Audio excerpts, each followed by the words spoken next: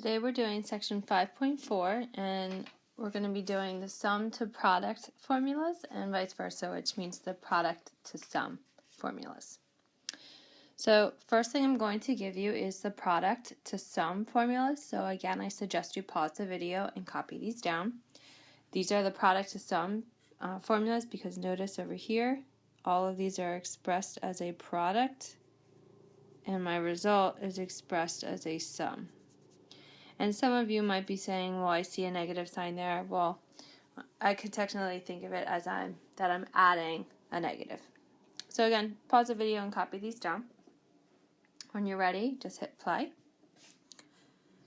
So for our first example, we have sine of 8x times sine of 3x. So of those four formulas, we're going to go to the one that says sine of alpha times sine of beta.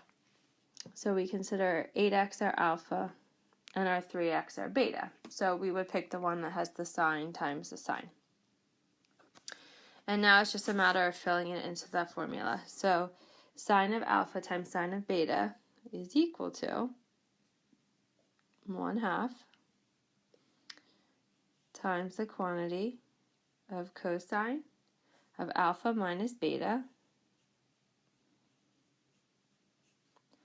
minus cosine of alpha plus beta.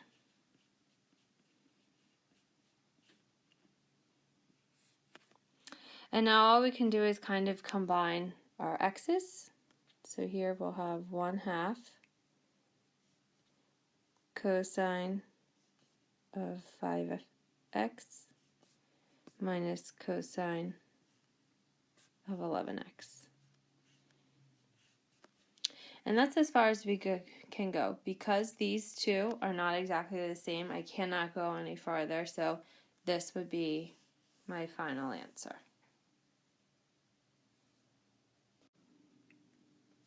So for our next example, I have sine of 4x times cosine x.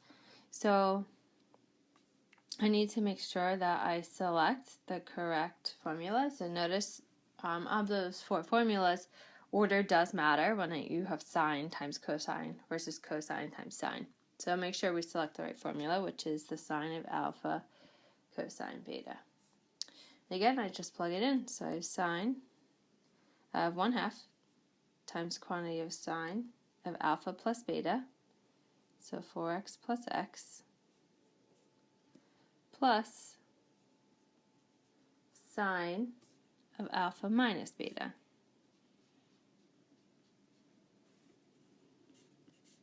And again, now I just combine like terms within the parentheses. So I have sine of 5x plus sine of 3x. And that's it. That's our final answer.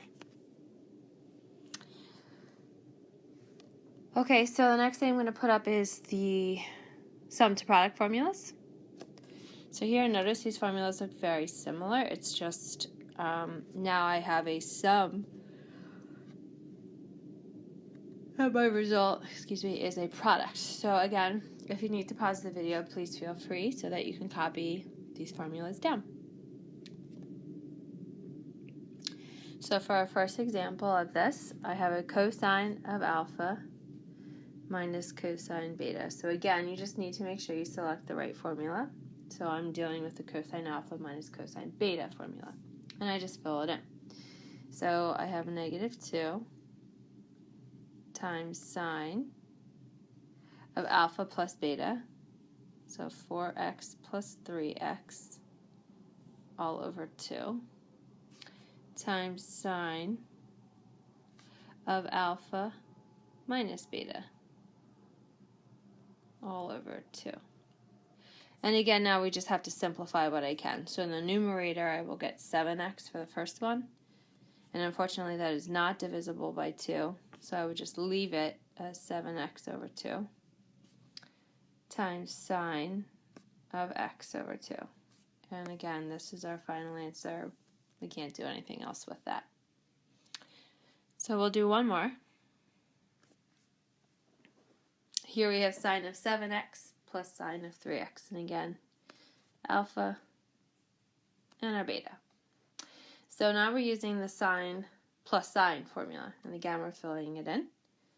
So I have 2 times the quantity of sine of alpha plus beta, all over 2, times cosine of alpha minus beta, all over 2.